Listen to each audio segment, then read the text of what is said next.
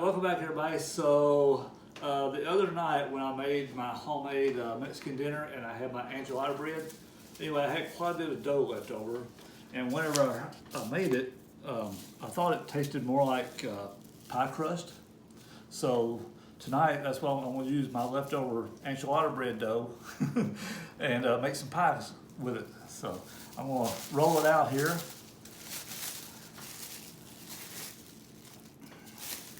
So anyway, you want to start off with some flour.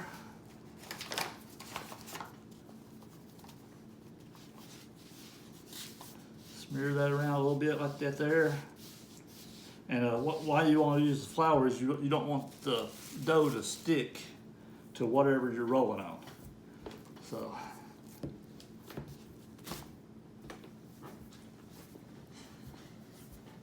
what I'm doing is I'm just kind of getting a head start here and mashing it out.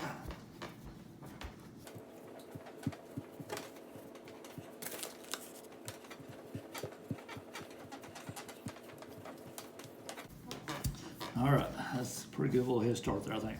So I don't have a rolling pin, so I've been used to using my little water bottle here and just roll it out.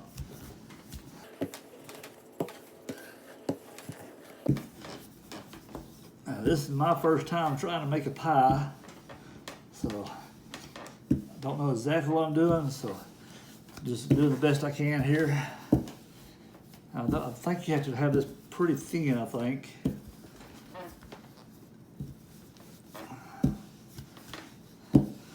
And I know whenever I made this, I used the flour and water. And I know the first time I said cornstarch, the cornstarch ain't wasn't right. It was baking soda. And you want to get it thin, but you want to make sure it's big enough to cover a pie pan. I think that's getting pretty good right there. I'm going to have to make two of these because you want a bottom layer and a top layer, depending on how you want what you're making. If you're making like a apple pie or a peach pie or something like that, you will need top and bottom layer. But I think tonight what I'm making is a chocolate pie. So what you do, all you need is the bottom layer. The top layer is going to be meringue, and of course your filling in the middle. All right, I think that's pretty well good enough, I think. All right, so I'm gonna try to get this on a pie pan, and I'll get back with y'all. All right, so what I'm gonna do is I'm gonna use this metal pie pan here, and I sprayed it with cooking spray. That way your crust doesn't stick to the bottom of it. So I know there's a special way of doing this, but I don't know how to do it. So I'm just gonna pick it up and lay it over top of it like that. And then push it down in your pan.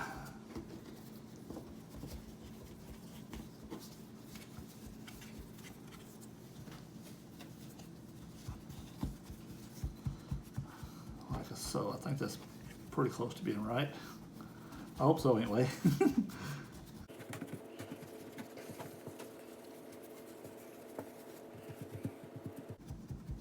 All right, so I think I got it pretty well in there, good enough, I think. So you just take your knife and go around the edge, cut the edge all of it off. It doesn't take a whole lot of force, it comes off pretty easy.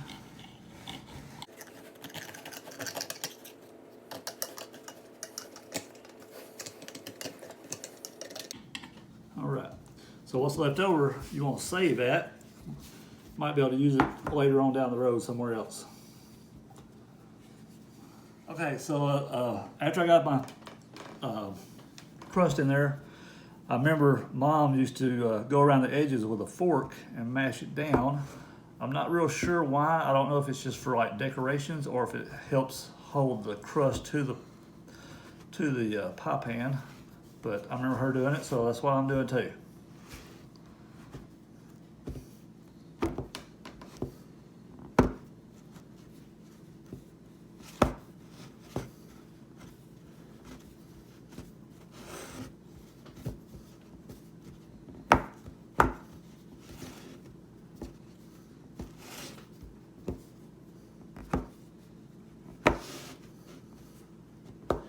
Also, something I remember doing is poking holes in the bottom of it with your fork. And I believe this is to kind of help the pie to breathe underneath. I think that'll all be pretty good like that. All right, like so. I think that'll be good. All right, check back with me here a little bit and I'll show you the next step. All right, so I put that pie crust in the oven at 350 degrees. It's preheated. So I decided I was gonna make that one chocolate, and then I was like, well, I'm gonna make me another one since I got plenty of crust left, dough left over. And this one I'm gonna make a coconut pie. So same difference. You're gonna roll your dough out. I made that dough pretty thin. I think I'm gonna go a little bit thicker on this dough just to see how things turn out. All right, I think that might be good enough now. We'll give that a try.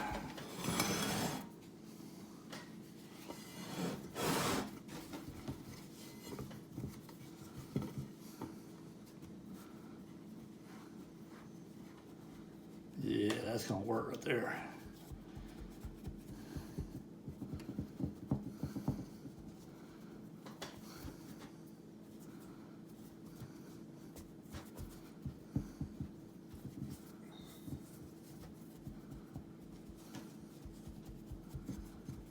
All right, well, make sure it fits your pan all the way around the corners and edges.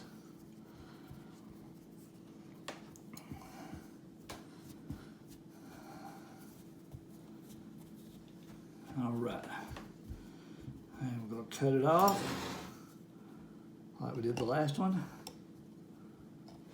All right, I'll attempt to make this thing pretty. I'm not sure if I'll be able to or not. This is just a practice run for me. This is the first time I've ever done this, so it don't have to look real pretty. Just gotta taste good, right? Okay. All right, I think that's done, and I'm gonna stick this one in the oven at 350 until the crust is crispy. And I'll be right back with y'all. All right, so now I'm making the filling for my pies, and you want to use the cook and serve Jello, and I'm doing chocolate. So you don't want to use the instant. You want to use the cook and serve. So anyway, you just open your package, pour it in,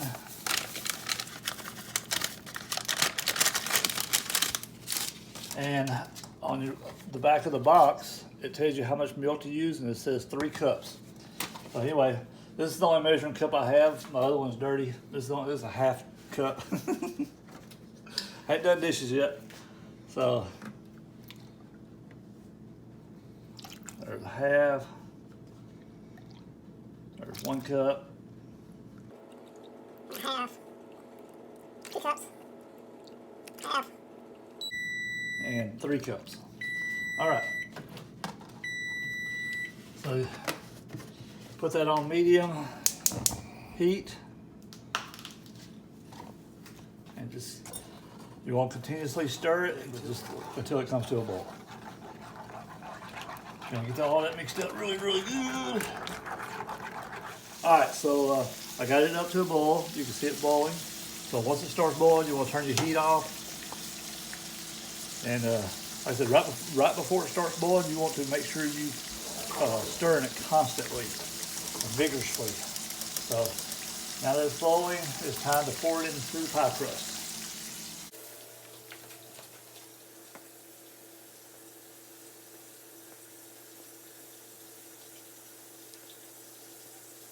You want to get all that you can out there. The reason you want to stir it a lot whenever it's right before it's boiling, because it will stick to the bottom and scorch if you don't stir it a lot, and it will also taste burnt. So, all right, I think I got all that out there. If you do burn it, scorch it, whatever, best thing to do is pour it out and start all over again. Because because it'll taste really bad. So, all right, that's done. And I wanted to show you, this is the coconut pie I was telling you about. And what I did on this one is you use the vanilla Jello pudding mix, cook and serve. And you buy your little bag of coconut. Buy your bag of coconut and mix in there with it. And that way you got a coconut pie. And those things are delicious. I love coconut pie. This is one of my favorites. So anyway, what you gotta do is you go let these cool completely. Then we'll make the meringue to put on there on top of it. And we'll cook or put it back in the oven until the meringue is kind of a golden brownish color. And they'll be done. We'll show you back the last steps of it in a little bit. Okay, so I was able to get 3 crusts out of my, 3 crusts out of my enchilada bread dough. So anyway, I didn't have enough pie filling to do all 3, so I went with instant pudding instead of the cook and serve. So I'm not gonna put meringue on this one. So I'm just gonna pour it in my pie crust here, and it will go straight to the refrigerator. So this one will just be a chocolate pie without meringue.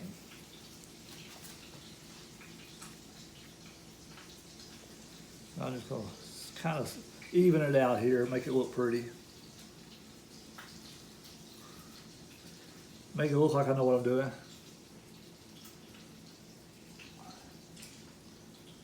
Just like so. Don't they look really good?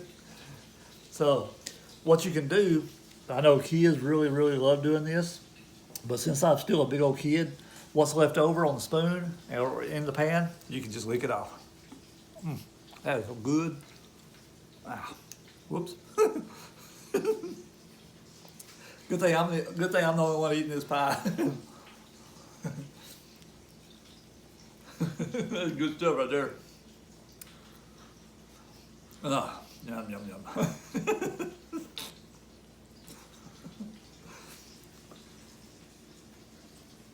That's good stuff.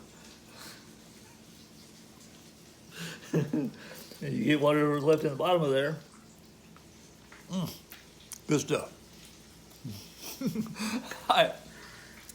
When I get ready to do the meringues, I'll get back with y'all. All right, so now it is time to attempt to make the meringue for the coconut and chocolate pies.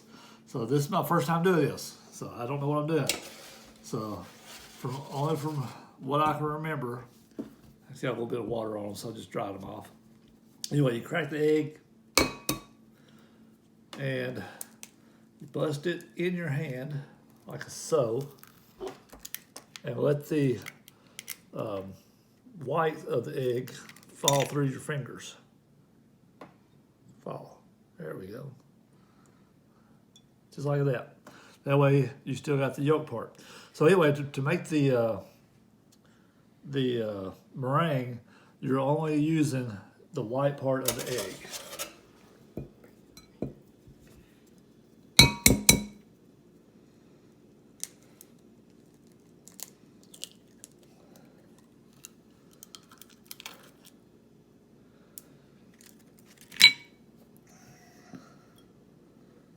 Wow, that's really easy.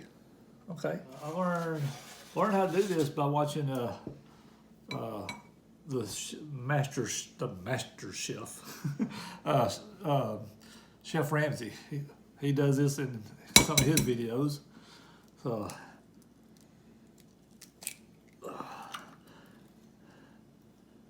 I thought I'd give it a try too. It's really easy. I thought it'd be kind of hard, but it's really not. So you gotta have 6 egg yolks. It looks like 4 of them there. I'm gonna go ahead and so I've got 4 whites right now. I'm gonna go ahead and pour these in my mixing bowl. And the reason you want to do that is just in case you get like eggshells or anything like that. You know, you're supposed to do it after each egg. And like I said, just in case you get an eggshell or something in there, you don't want to contaminate the whole batch and have to start over.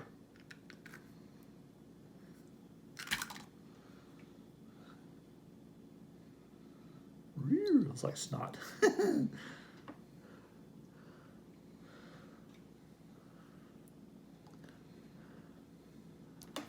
Okay. So that's number 5. One more.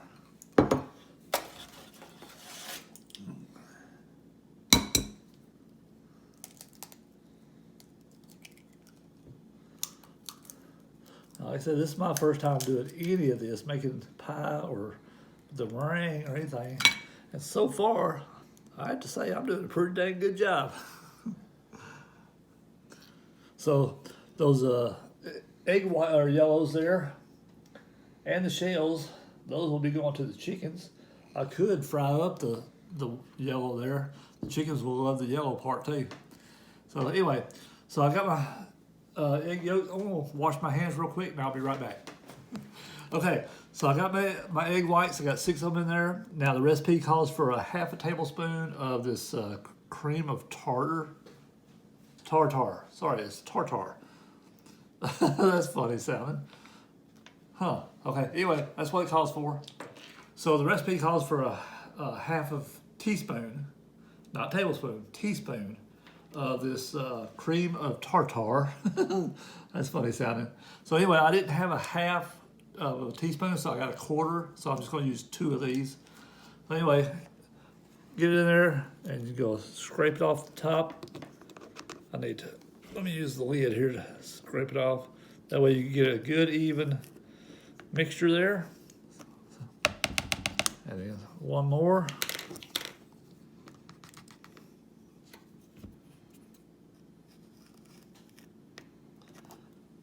Look at that. Now, we are going to beat this until it's foamy. We're going to do this on high speed.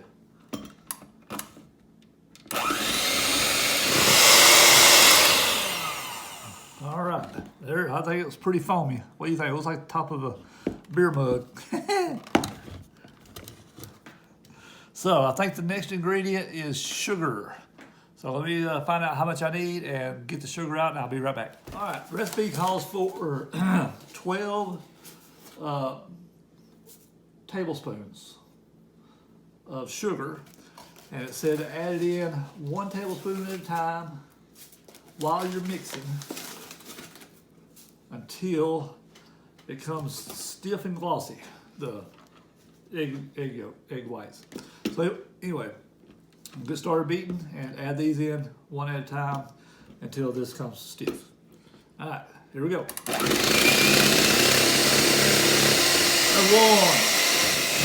6,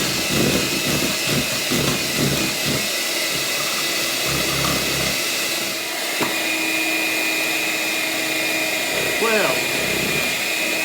All right.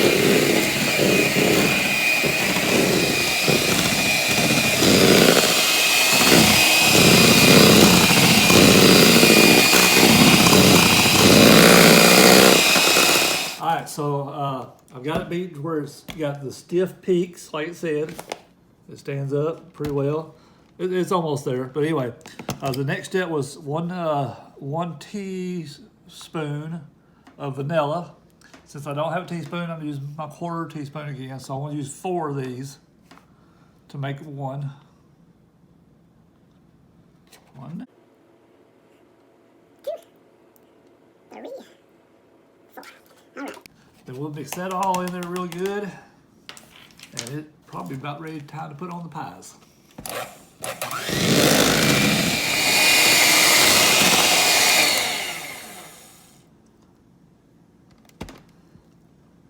Oh yeah, I think we're good.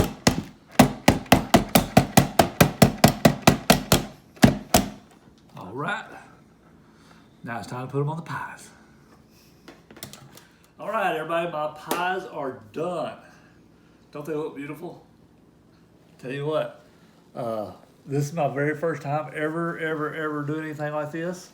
And I think everything turned out really, really nice. So I'm gonna give a taste test on all three. So I got my chocolate with meringue on it. That's the cook and serve chocolate pudding mix.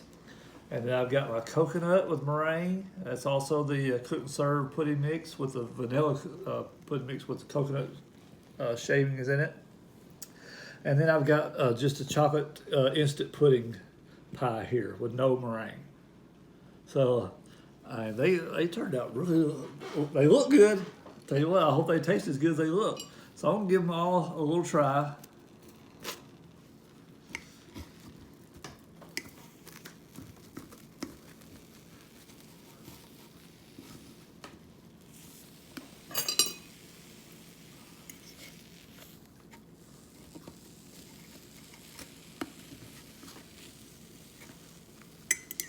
Well, if I can get them out, I'll give them a try.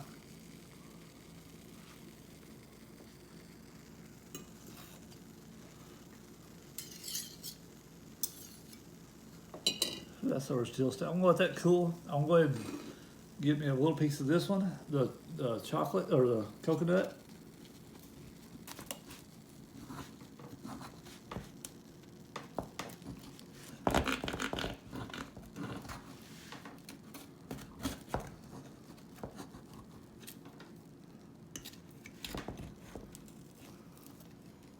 Ooh, my ring's falling off. Yeah, man, that looks good. Meringue is cooked all the way through. It looks good. So I've always heard that if you just pick off a little piece of the meringue, the crunchy part on top, that is very good. I like it. So, and I'll use a little small piece of this instant pudding one.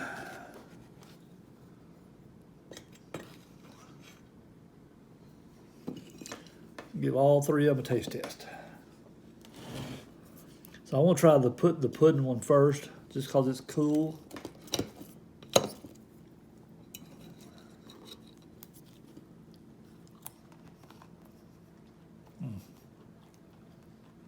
Yeah, that's very good. I like that.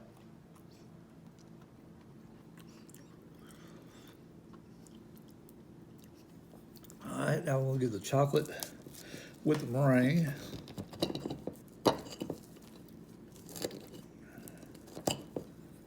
Oh, falling off.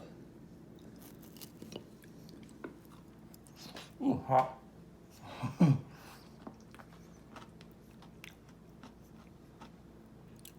Okay, I'm liking that one better.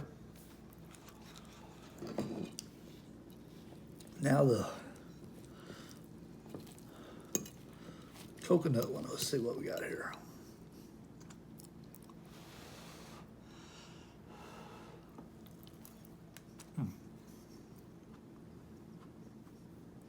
Man, they're all very good, but I think I'll have to go with the coconut. I think that's my best one so far. And I think once they cool down some, that they'll be even better. So this is something I did completely on my own. So I know if I could do this, you could do it. Anybody can do it. So again, make your homemade stuff from scratch, and you'll surprise yourself sometimes. Bye, y'all.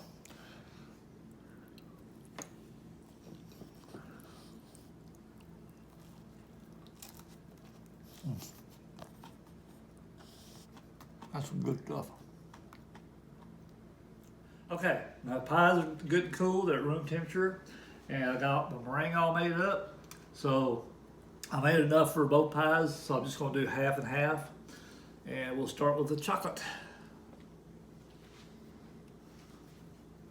And what you do is just, like I said, this is my first time doing it, so I'm new at it.